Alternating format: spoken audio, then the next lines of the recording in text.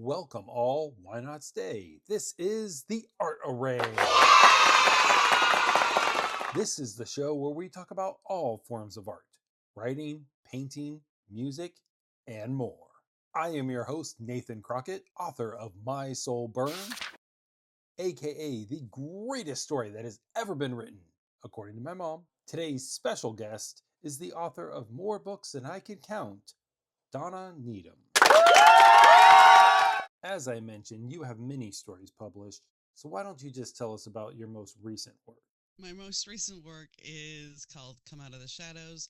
It is a rockstar romance book, but the rock star is the female character. She is a BBW woman who finds herself having a stalker. So the record company decides that they need to bring in security, and the security that they bring in, well, he is an ex-Navy SEAL, and he kind of knows that when he looks at her and first meets her that this could be trouble. And he kind of says, this is the one time trouble is good to get into, if you know what I mean. Yeah. So the stalker situation escalates, and there's some other subtext going on with a cult and other things. Now, the singer is not part of the cult. However, the record company is. So there's a little tie-in with that. And there's some intrigue going on, and there's a little insta love, and there's some forced proximity issues. But all in all, it's, as I've been told, it's a sweet love story with some spice. And it's funny because my ARC readers went from one extreme to the other about spice. Some were like, oh, it's a little too much for me. And the others were like, it was a little tame. So spice, I think, is one of those terms where it's like, some people may think it's really racy and other people won't. Yeah. But it's open door, and I do use words. I'll just leave it at that. That's good. Awesome. And then, did you do traditional publishing or are you self-published? I self-publish because I want to get my story out there, and there's a lot of hoops to jump, and I can sit here and say that I would wait to I could sit here and wait to get published and have somebody else be the gatekeeper and have somebody else take control of everything. But at the end of the day, I'm still going to have to market my book. Yes. And I'm still going to have to do a lot of other things. Granted, they'll have a professional editor. But when I've heard stories from traditional published authors talk about how they didn't get to pick their cover, and the cover doesn't match the story, those things make me very very cautious about wanting to be traditionally published.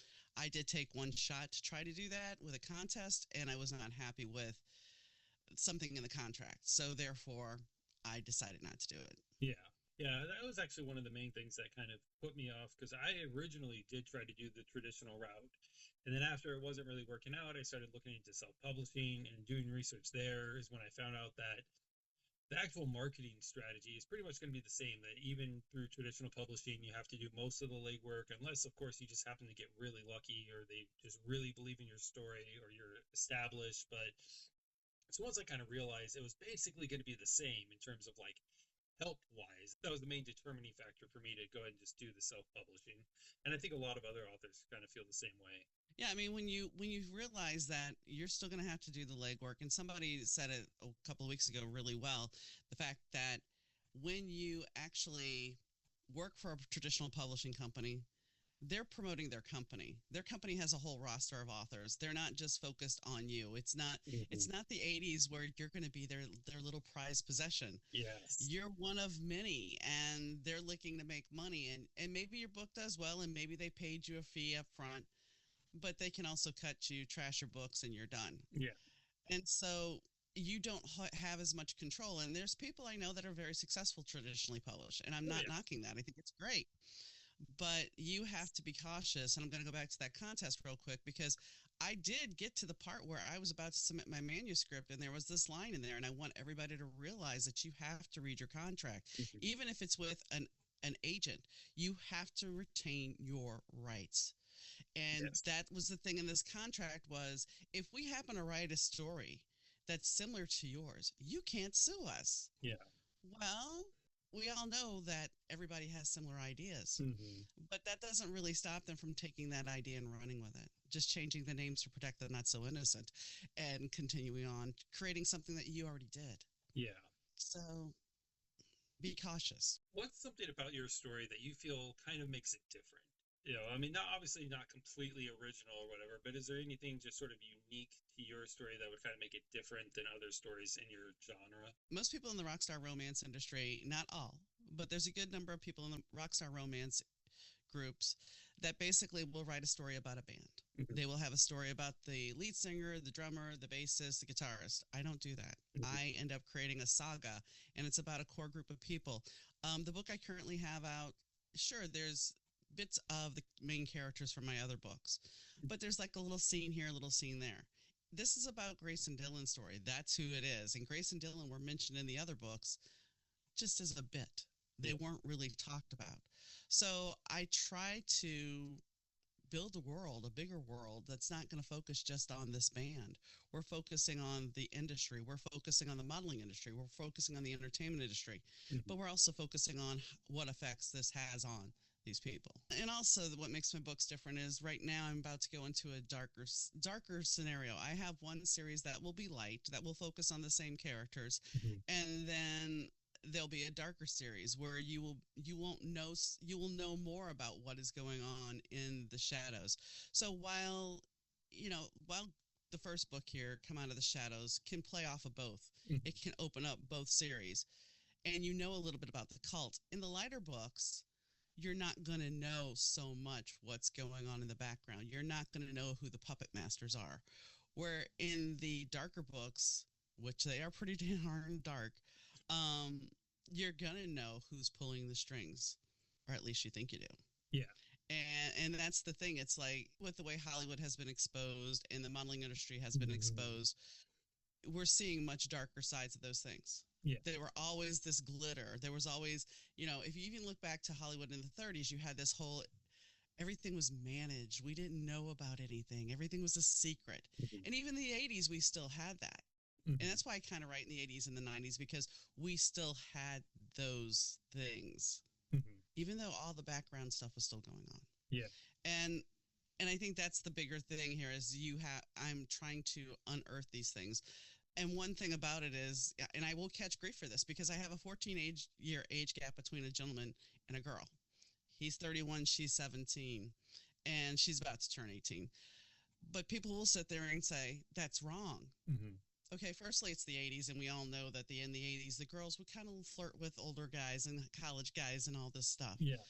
But but then the insidious thing, the really insidious thing is like there's a modeling agent, and I can name him, but I'm not, who was dating a famous model when she was 14 years old. At 16, he wanted to marry her, and there was a much wider age gap than Yeah. what is going on. So, what I'm writing is reality, just in a fictional sense, Yeah. and maybe a little bit darker. That's actually, I think, the concept that intrigues me the most is just the fact that the things that are in the background will actually be in the background at certain points, so that the hidden things are actually going to be hidden, under certain scenarios. I actually find that Well, really interesting. and the thing I want people to know is that you're dealing with, in both books, you're dealing with the same characters. Yeah. It's just the fact that they have chosen it, made a different choice. So, what would your life be like if you made a different choice? And I'm doing that with the characters. I know that's kind of a hard question to answer, and it's really funny because whenever I do research on marketing, I know one of the biggest things they always say is like, you got to be the front and center of your book because people respond to passion, and who's more passionate about your book than you? And I get that, but at the same time, I think there's something about being a writer that really makes you kind of modest. So it's really, so like, I know my story's great, but it's actually hard to say it. It's really weird. I talked to somebody from my podcast, Azam Ali, who's a singer, and we were talking about writing a bio. Hmm. And she's like, at 24, she got a record deal, and she said the first thing she had to do was write a bio. And she wrote two sentences, and she's like, the two sentences still hold true. But she's like, it was one of the hardest things in the world to do was write a bio. And I think as writers, the two hardest things in our career are writing a bio because there you are being egotistical. And secondly, is taking your whole book and condensing it down to a blurb. Those are the two hardest things, I think. It's funny that you mentioned that because I personally feel I'm actually pretty darn good with the blurb. I hate those blurbs that are like the whole back of the book and you still don't know what it's about. You just need to answer like four questions like, who's their main character? What are they trying to do? What is potentially stopping them from doing it? and how do they plan to overcome that? And then you have one or two flex sentences. So I read that you won some awards. Why don't you go ahead and tell us what awards you won and what the process was like? Recently won a cover award for the cover of Come Out of the Shadows. That was basically just posting it in a Facebook group and people voted on it. Mm-hmm. There's also in a Facebook group I've entered to win some awards for next year. We'll see how that pans out in January. Okay. The one award I did win was the very first anthology I ever published in was back in 2010, and it was in Vicious Bites. It was a writing group, and basically they had different topics for people's anthologies, and there was 5 different awards you could win, and I won the Vicious Seduction Award for my short story Immortal Love, and it basically was about a vampire who is a dominatrix, but that's not the whole focus of it. It just opens up that way, and it's about her loving somebody that has been taken away from her, only to find out that he's not. So yeah, so that was kind of a fun thing, and it was one of those things where I sat down to write the story. My friend had told me about the anthology. She had done a ghost anthology with them, and so I was basically like, okay, I'm going to sit down and do this, and I'm going to win the award. I actually said that to my husband. He's like, okay, if you say so, and I did. And what did I get for it? I got a copy of the book, and so it wasn't all that I could say I was an award-winning author at that point, but it wasn't any big deal. But it was fun, and the thing is, you can enter contests just to try to put your name out there. It's like being part of an anthology. Mm-hmm. Put yourself out there, get more eyes on who you are as a writer. Yeah, I've actually thought about that too. The only problem is I just don't have any short stories that I consider to be like really good. I actually do have one short story right now, and it's decent, but it's not like really good like my books are and everything. So what do you do for fun besides writing? After having chemo, I am kind of isolated still at home. I don't go out a lot unless I have to mask up. So basically, right now, I watch movies, which, sometimes that's good, sometimes it's bad. I think my expectations of movies have changed a lot over the years. I read. I read tarot cards. I talk on the phone a lot to my friends. And sometimes I draw. But most of the time, my biggest escape and my biggest fun is my writing. It always has been. It's always been something I loved doing. And so I don't necessarily consider it a job per se. Yeah. Do you have any secrets that you'd like to share, whether it be with marketing, writing, anything you do that really kind of helps with your processes? You have to believe in what you're writing. You have to take that moment and be in the scene with your characters. If you're just writing words down and not really feeling the emotion behind them, then you're not going to connect necessarily with the reader. Yeah. Because you want that reader to feel something. So it's important to connect with that. And another thing, which I know some people will disagree with, because I am not really a plotster. I have the plot laid out. I can lay it out in my head. However, my characters will change it. But when a scene pops in your head, even if it's not for that book, take the time to write it down. Make sure that you're writing it down. That way, even if it's not the full scene, later on, it may come in handy and you may need it, and it gets it out. Because sometimes when we have writer's block, that scene may be there just to release that writer's block and open up the tidal wave of writing. So allow yourself to write what comes to mind, even if it may not be part of your story currently. I've definitely had experience with that, where it was a lot of times when I have a whole bunch of unfinished stories and then I'm writing a story that I'm working on, I'll look at all those and be like, does any of this just kind of fit over? And a lot of times it does. So I've actually been able to fill in some gaps, and then it also is a bit of relief too, because now those unfinished stories are being put to use too. So it's also, you kind of alleviate yourself of that as well. So, and another good way to break your writer's block is create character Bibles. Put together a profile of your character, do an interview with your character, do those things to try to get the creativity flowing. I was totally slammed where I could not write, and I started working on character bios, and then I ended up writing a story that was 80,000 words like the next month. Oh, wow. Because it opened that. That's interesting. Interviewing your character. That's really interesting. I never thought about that. I have some character interviews on my website. Oh, nice. So, what is your goal as a writer? for my story to reach people. I would love to say, oh, I want to be a best-selling author because we all do. But the truth of the matter is, if people are reading our story and knowing that they're enjoying it, that makes you feel good. That Mhm. makes you, you know you've connected with somebody. And I know there's always the propensity or the chance of having somebody not like it. Mhm. But the one thing I would tell a new author is go look at your favorite author, go over to Goodreads, look at your favorite author, and guess what? They're going Yeah. to have 1-star ratings. Mhm. So just if you want to write, if you want to be an author, and this is why I do it, is because I love writing, I love telling a story, Mhm. and I want to connect with people on that level. I want somebody to say, I love these people. I picked up your book. I couldn't put it down. I started rereading it again after I stopped. Those things Yeah. all give you food to keep going. And then, what is your biggest fear as a writer? That nobody's going to read my book. That's a simple one.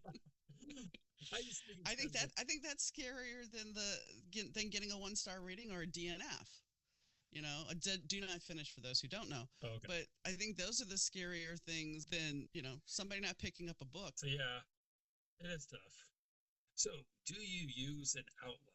No, I mean I can, like I said, I can plot out things. I know the general trajectory of the story, but a character will give me an idea. The book I'm currently working on, which is Judgment Day, Hell to Pay. There's a scene in there where the bodyguard because it deals with the cult and the bodyguard, Mhm. but there's a scene in there where I was just writing it out, and as I'm wrapping up the scene, the bodyguard's more attached to this victim than I know, and I still don't know why he's attached to this victim. It still has not come out. It's still usually something will come out in my writing, Yeah. and I'm like 16 chapters into this book, and this bodyguard still has not told me what is going on here. And I know most people are like, how can that be? Because sometimes your characters will dictate that action. Even though you can plot and plan and outline, they can still hold something back from you. Actually, that's kind of interesting that you said that. My first book is actually about the devil and everything like that. And then in my second book, which is about something completely different, she wanted to show up so bad. I actually had a scene written that I eventually cut only because it made the ending almost identical to the first one. And I thought, oh, I'm essentially kind of doing the same thing again. But she wanted in that story bad. And it was a great scene. And it really, I did not want to cut it, but I had to. There's an author called Richard Sparks who I've interviewed several times, and he's got books out, but he's also written for television in the British community and written operas and all sorts of things. And he uses the adage of killing your darlings, Mm, and that's the hard part as an author. Like you have that perfect scene crafted, but you have to kill it. So understand as an author, sometimes you got to kill your darlings, but that doesn't mean you can't use it in something else. yeah. It was actually interesting too, because that's the only time it's ever happened. Because normally, what I do, and I'm sure a lot of people are going to tell me I'm cheating here, but it's what I do, is normally I do the story first, and once I have the whole story plotted out, I take each character and I say, okay, this character is going to do this, this, and this. What type of person would do this, and this? And I base the character. I don't really create the character until I know what I want them to do in the story, and it keeps them in line. The devil's the first one that's gotten away from me, which is very fitting, of course. Well, just keep going because the more you write, the more the characters will sit there and go, "Excuse me, I have an idea." All right. And was there anything else that you wanted to let everyone know? Anything that you're doing? Anything you're exciting about? Just anything that we haven't gotten to so far? All my books currently are on Kindle Unlimited. I have My Days with the Dark Muse, which is about a drug addict rock star whose world might not be exactly as he portrays it in the book. Okay. I also have a rockstar romantic second chance romantic suspense called Worth Waiting For. That's pretty popular on Kindle Unlimited. And that one's set in the 90s. The first book is set in the 90s as well. My Days with the Dark Muse, and Come Out of the Shadows is set in 1983. And I also host the Better Two podcast, where I interview authors, musicians. I've had some notable musicians this year, like Lamal from Neverending Story, Ian Dench from EMF, who had the song out back in the 90s called Unbelievable. Oh, So yeah, I know I've that had song. quite a few people. Yeah, I've had quite a few people this year, and it's been pretty amazing. He was funny because he was in the Amazon jungle. Ian was in the Amazon jungle, and trying to get away from all the popularity. And what does somebody have on their radio playing? Unbelievable. And basically, I'm supposed to have the tentative release date is at the end of February for Judgment Day Hell to Pay, and I have a writing schedule all set up for next year, so I should have several more releases coming out next year, plus revisions of prior releases that I have pulled. Okay, awesome. All right, so yeah, So everyone, I will include those links down below, and so you can check out Donna Needom. Needom. I keep wanting to say Needham in. I don't know why. it's Needom. It's it's Needom. It's one of those names where people. It's a simple name, but people confuse it. So I don't know. But I thank you, Nathan, for having me on the show. I really do appreciate it. No problem. All right. Well, I hope you all enjoyed that. You definitely want to follow Donna Needham. And I'm not just saying that to be nice because she was a guest on my show. I say that because as we were talking, she actually told me about this story that she wrote. And it's a really cool idea. It's actually something I've never heard of before. And the only reason why I cut that part out is because she doesn't have the idea copyrighted yet. So I wanted to protect her, but she is planning on getting it copyrighted and getting it released, and you're not going to want to miss it.